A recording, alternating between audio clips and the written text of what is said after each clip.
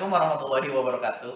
Waalaikumsalam warahmatullahi wabarakatuh. Ya, hari ini saya Sigit Rahmat Prabowo, bukan guru, baru calon guru penggerak angkatan 5, berkesempatan bertemu dengan seorang kepala sekolah luar biasa dari SMA 1 Cikarang Selatan di tengah kesibukan yang luar biasa.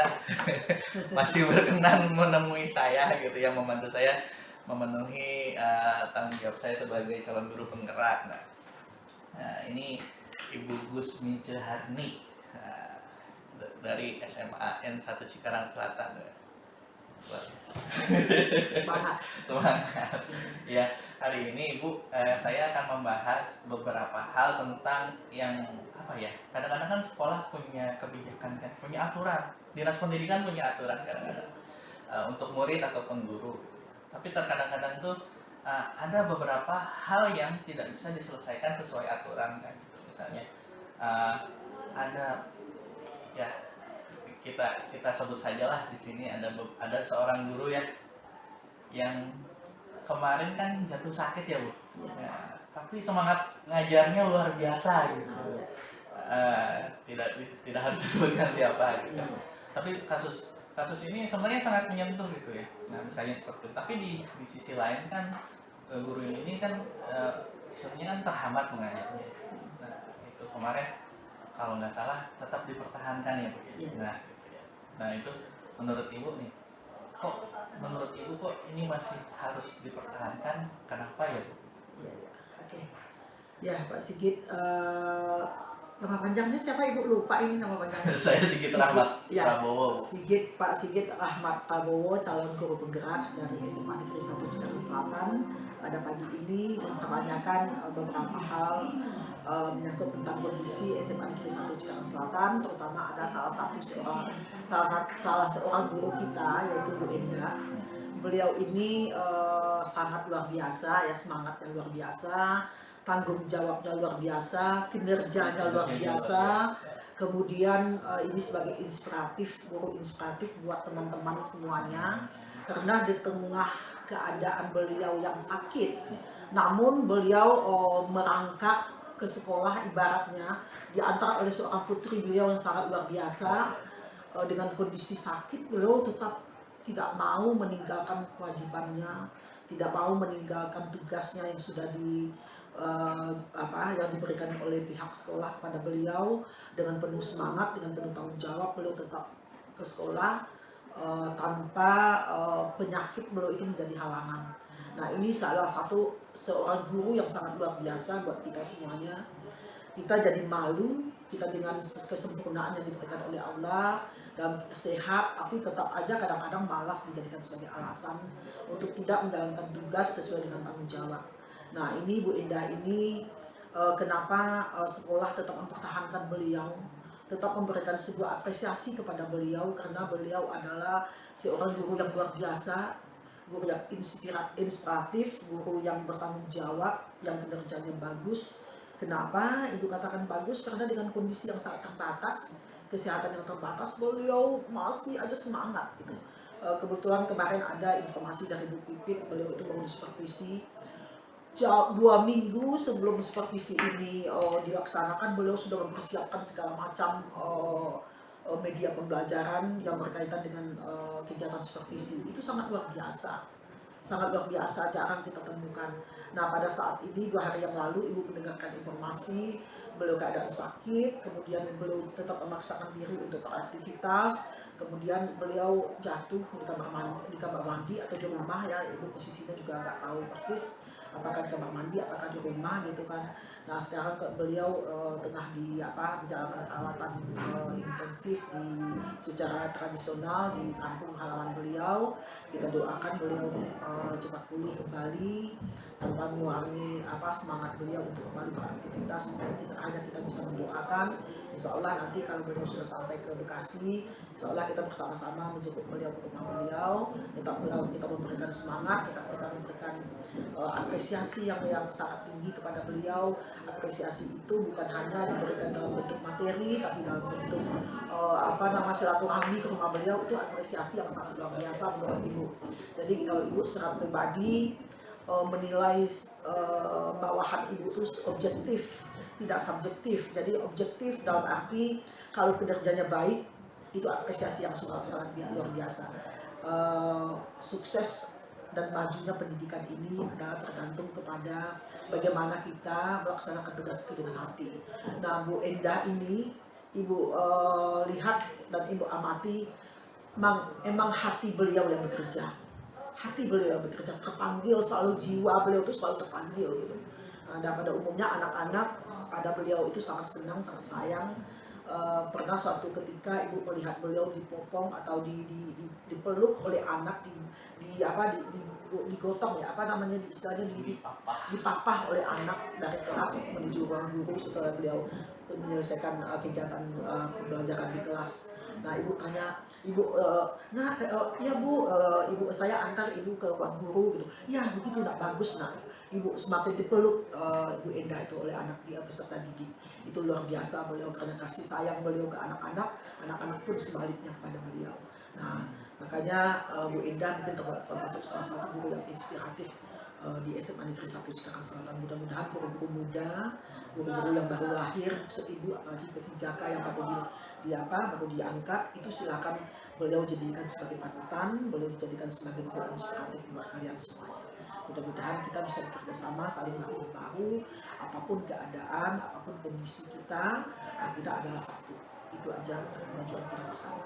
Mudah-mudahan Pak Sigit sebagai calon guru penggerak bisa menggerakkan semua stakeholder yang ada di sekolah kita ini. Itu harapan ibu semuanya. Mudah-mudahan kita generasi muda kita bisa menjadi generasi inspiratif, generasi yang beretika, yang penuh dengan adab ya, sopan santun, menghargai terutama guru-gurunya, guru-guru yang seperti Bu Endah tadi yang kita lihat. Itu yang bisa ibu sampaikan. Mudah-mudahan kita sukses semuanya. Oke, demikian Pak Sigit tanggapan ibu terhadap kondisi terutama tentang Bu Endah yang Pak Sigit tanyakan tadi. Ya luar biasa jadi gitu ya. Walaupun dari skala misalnya guru itu harus bagus gitu ya, fisiknya bagus gitu ya semuanya, tidak, karena faktor fisik juga tidak jadi faktor pendukung kan gitu. Tapi selama ini kan yang kita lihat justru di tengah keterbatasan Bu Endah gitu ya. Walaupun ini sebenarnya ya kalau mau bilang efektivitas gitu kan ibu ya, itu kan jauh ya Bu ya. Tapi yang kita lihat itu jadi motivasi buat kita semua gitu ya, terutama untuk anak sendiri. Iya, betul. Iya, seperti itu. Nah, jadi di sini juga saya ada beberapa pertanyaan Ibu berkenaan dengan masalah yang kira-kira itu antara etika moralnya itu ada pertentangan misalnya. Kalau misalnya kita lihat tadi kan untuk saya endahkan ya. Di sini kita bisa melihat nih bahwa saya ini ya sakit gitu, istilahnya gitu. Tapi di tengah kesakitannya, di tengah keterbatasannya gitu ya, dia mau tetap masuk gitu ya. Terus kemudian kinerjanya malah kadang-kadang kita lihat lebih daripada yang lainnya gitu kan ya Bu ya. Nah ini kan sebenarnya berbenturan antara moral dan etikanya sendiri gitu kan. Dari aturannya sendiri yang seharusnya dengan moralnya tadi. Oh ya ternyata saya itu punya karakter yang luar biasa gitu kan, tapi kita tergugah gitu. Ya, seperti itu. Nah selama ini sih Bu, kalau dalam pengambilan keputusan seperti ini nih untuk yang berkaitan dengan ya, etika dan moral gitu ya, kira-kira ada prosedur khusus nggak Bu gitu dalam pengambilan keputusannya? Ibu berkonsultasi dengan siapa atau bertemu dengan siapa gitu, ada nggak Bu? Ya, oke, sebelum Ibu jawab pertanyaan berikut ini, Ibu ingin menambahkan tentang kondisi Bu Endah ya Pak Sigit ya. Secara fisik beliau emang sakit gitu. Tapi secara batiniah, secara naluri beliau tuh nggak sakit. Hati dan jiwa beliau tuh hidup gitu. Hati dan jiwa beliau tuh hidup, hati dan jiwa beliau tuh sehat, sehingga beliau itu benar-benar terpanggil hati dan jiwanya untuk bekerja. Itu sebenarnya. Jadi sakit fisik itu sebenarnya nggak jadi halangan. Selagi hati kita itu muncul, hati kita itu bekerja, kalau kita bekerja dengan hati itu nggak menjadi masalah. Jadi kesehatan fisik akan terhilang semuanya seperti itu. Itu yang ada di Bu Endah gitu. Nah sekarang tentang adab, etika dan norma ya gitu yang Pak Sigit pertanyakan. Ada pertentangan gitu antara etika yang seharusnya peraturannya dengan dengan moral yang kita gitu Bu ya, ada pertentangan misalnya Misalnya gimana? ya misalnya ya kayak tadi misalnya secara peraturan misalnya, harusnya seperti A Iya. ya. Dan misalnya harus meningkatkan kinerja ini kan ternyata ada keterbatasan. Kita lihat juga faktor ibunya, terus ternyata oh ini menurut saya nih kasihan, bisa dari kasihannya juga, bisa oh itu karakter orangnya Beda. juga Ini bisa. masih menyangkut beda. Nggak harus Ini beda, keseluruhan. keseluruhan aja Bu misalnya. Keseluruhan. Misalnya ada anak konklusif nih, kan di sekolah kita kan ada anak-anak yang berkebutuhan khusus nih. Nah gitu kan, itu tidak mungkin ditinggalkan kan Bu ya, walaupun secara fisik kan sekolah sebenarnya tidak mampu, bukan sekolah tidak mampu. Ada sekolah yang lebih mumpuni untuk menerima anak-anak seperti itu gitu kan. Tapi kan sekarang kan ada aturan sekolah boleh Ya. nah, terus kalau misalnya sekolah mau menerima, pertimbangannya seperti apa, terus prosedurnya seperti apa sih?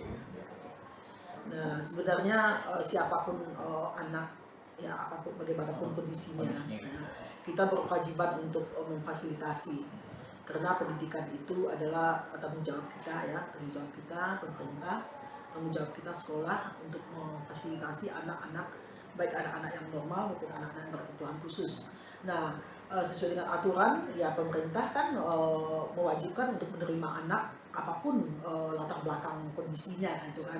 Nah misalkan kita menerima anak yang berkebutuhan khusus misalnya singkatannya anak berkebutuhan khusus ABK gitu kan. ABK itu di PPDB kemarin ya wajib kita memberikan jalur gitu kan untuk kita terima gitu. Nah nanti untuk treatmentnya seperti apa? Treatmentnya kita berikan kepada teman-teman semua, karena guru ini di samping dia sebagai pengajar, dia kan juga mendidik. Mendidik itu kan ya ada faktor psikologisnya di situ. Ada faktor hati dan psikologisnya yang harus mereka miliki gitu. Jadi kalau anak-anak yang berkebutuhan khusus ya bisa di treatment oleh guru kita sendiri gitu kan. Nah, plus untuk lebih tepat sasaran, kita bekerja sama dengan pihak lain gitu. Misalnya dengan SLB gitu kan, kita sudah menjalin kerjasama agar anak ini bisa treatmentnya lebih tepat gitu kan, lebih nanti anak ini kesehatannya lebih terfokus untuk lebih membaik gitu, itu tujuan kita. Jadi di tengah-tengah kondisi ABK ini ada beberapa anak di sekolah kita yang kita tangani oleh guru yang masing-masing mata pelajaran kan, plus kita bekerja sama juga dengan SLB seperti itu. Jadi harapannya kenapa kita bekerja sama, agar nanti fokus treatment anak ini lebih pas gitu. Itu maksudnya. Jadi alhamdulillah kemarin kita kedatangan pihak SLB, beliau yang meminta kita untuk beliau meminta kita beliau mau mengakomodir ya untuk anak-anak yang berkebutuhan khusus ini. Alhamdulillah banget gitu kan. Jadi ibaratnya gayung bersambut, kita butuh bagaimana nih, kita merasa kebingungan, tiba-tiba pihak SLB-nya datang. Nah akhirnya kerjasama yang baik, alhamdulillah berjalan dengan baik sampai saat ini. Intinya kolaborasi ya, intinya kolaborasi seperti itu. Ya mudah-mudahan anak-anak kita yang berkebutuhan khusus ini bisa ya, kita harapkan mereka itu menjadi lebih siap atau lebih sehat ya, sesuai dengan kondisi yang kita harapkan, seperti itu Mas. Terus kalau dilihat nih masalah-masalah yang timbul di sekolah nih, ya, yang menyangkut misalnya yang bertentangan antara etika dan moral gitu ya, misalnya harus tidak seperti ini tapi kita kasihan tadi yang seperti itu. Nah kira-kira tantangannya seperti apa Bu biasanya yang muncul? Tetap kita tantangan yang muncul itu fasilitasi gitu, yang hal-hal yang tadinya yang tidak sesuai dengan aturan gitu, tapi kita tetap ya namanya itu ada fleksibilitas ya Pak Sigit ya, fleksibilitas, kemudian kondisional sifatnya. Kalau ini emang urgent gitu kan, kenapa tidak gitu, kita membantu selagi kita mampu, atau selagi bisa solusinya kita cari ya, tetap kita fasilitasi, tetap kita cari jalan keluarnya, seperti itu. Jadi fokusnya ke potensi dan urgenitasnya gitu ya. Potensi dan urgenitas ya, kalau seandainya kita mampu, apa salahnya gitu kita membantu, seperti itu. dengan catatan ya regulasi tidak terlalu kita abaikan, tidak kita abaikan regulasi gitu Pak Sigit. Jadi regulasi yang berkebijakan gitu ya, ada kebijakan, ada kebijaksanaan di situ. Nah seperti itu Pak Sigit. Walaupun ada kebijakan, tetap ada kebijaksanaan. Jadi disitulah letaknya kita sebagai pimpinan. Ya pimpinan itu harus memiliki leadership yang fleksibel gitu, yang fleksibel, yang tidak kaku, yang semuanya sama-sama berjalan baik, kemudian tidak ada salah satu yang dirugikan, salah satu pihak pun yang dirugikan. Itu masalah itu itulah fungsi kita sebagai pimpinan seperti itu Pak Sigit. Ini ada yang menarik tadi. Ya. Jangan fokus ke tantangan ya. Ya. Fokusnya ke potensi gitu. Potensi. Ya. Nah, di sini juga ada yang ingin saya ketahui nih. Kalau di SMA 1 Cikarang Selatan ini ada waktu khusus nggak? Atau fleksibel aja sih dalam penyelesaian masalah seperti ini? Waktu khusus, waktu khusus yang nggak ada sih. Jadi kita gini aja, hadapi apa yang ada di depan mata. Nah, seperti itu. Jadi nggak usah kita persiapkan. Masa kita belum ada masalah kita sudah sediakan waktu gitu, nggak begitu, langsung ini aja. Jadi mengalir aja gitu. Mudah-mudahan di dalam perjalanan kita, sepanjang perjalanan kita nggak ada masalah. Nah kalaupun ada masalah ya kita hadapi ketika itu seperti itu. Jadi nggak ada waktu khusus kecuali good BK. Nah BK itu kita berharap mereka tuh jemput bola. Jadi mereka tuh nggak stay di kantor, enggak. Mereka harus terjun ke kelas. Mereka harus terjun ke anak-anak, di mana anak-anak duduk bergerombolan saat istirahat. Mereka duduk bersama-sama, saling silaturahmi, saling bercerita. Nanti terpancing, ada masalah nggak ini anak? Gampang. Jadi dengan santai kita bisa menemukan anak yang bermasalah seperti itu. Jadi kita tidak memerlukan waktu khusus untuk menemukan permasalahan atau untuk menyelesaikan masalah. Enggak. Tapi kita berjalan sesuai dengan air mengalir. Ketika kita bertemu dengan masalah, ayo kita temukan, kita selesaikan hadapi itu. Seperti itu. Nah ini yang terakhir nih, ya. Sebagai penutup nih, pertanyaan pamungkasnya, menurut Ibu nih, kekuatan senjata gitu ya, atau bisa berupa orang, bisa berupa fasilitas, bisa berupa relasi yang menjadi keunggulan SMA 1 Cikarang Selatan dalam menghadapi tantangan-tantangan tersebut tadi apa? Ya itu tadi mungkin koordinasi, kolaborasi dan komitmen ya Pak Sigit ya. Jadi tanpa komitmen, tanpa kita berkolaborasi, tanpa komunikasi, tanpa kebersamaan kita tidak bisa berjalan dengan baik. Jadi intinya adalah kolaborasi, komunikasi, komitmen dan integritas. Nah itu yang kita butuhkan. Jadi semuanya nanti berkolaborasi, kita semuanya sebagai warga SMA 1 Cikarang Selatan saling mendukung gitu. Aktivitas akademika SMA Negeri Manajemen, guru, tata usaha, segala macam dari security, menjaga kebersihan sampai semuanya itu satu kesatuan yang tidak bisa dipisahkan. Kita nggak bisa berjalan kegiatan kita itu kalau salah satunya tidak kita hadirkan seperti itu. Ya. Nah, itu masih iya. Ini luar biasa nih percakapannya ya. Terima kasih buat waktunya.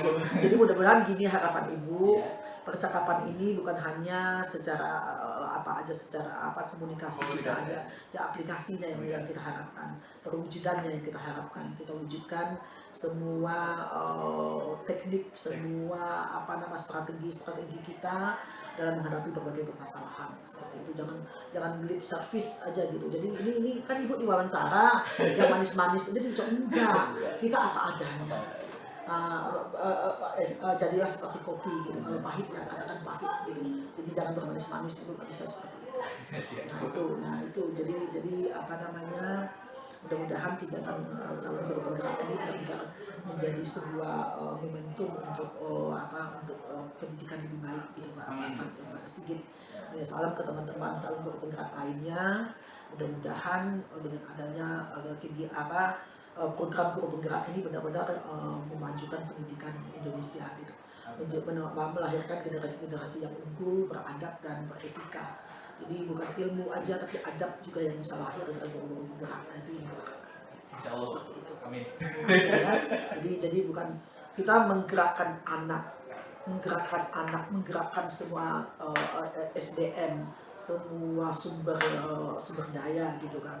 Nah itu jadi guru penggerak itu bukan menggerakkan manusianya aja, jadi sumber daya yang lain juga bisa kita gerakkan seperti itu untuk membangkitkan Indonesia lebih maju gitu, Indonesia lebih pintar itu seperti itu harapan ini.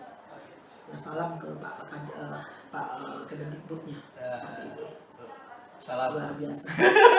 Ya. Gitu. Ya, terima kasih Bapak Menteri sudah mengangkat, sudah memberi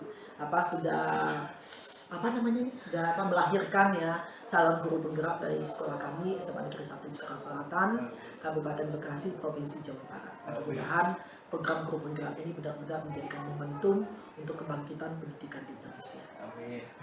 Oke. Ya, itu aja. Terima kasih Bu. Ya, terima kasih. Kita tutup aja. Assalamualaikum Sukses. warahmatullahi wabarakatuh. Ya. Waalaikumsalam warahmatullahi wabarakatuh. Sukses ya.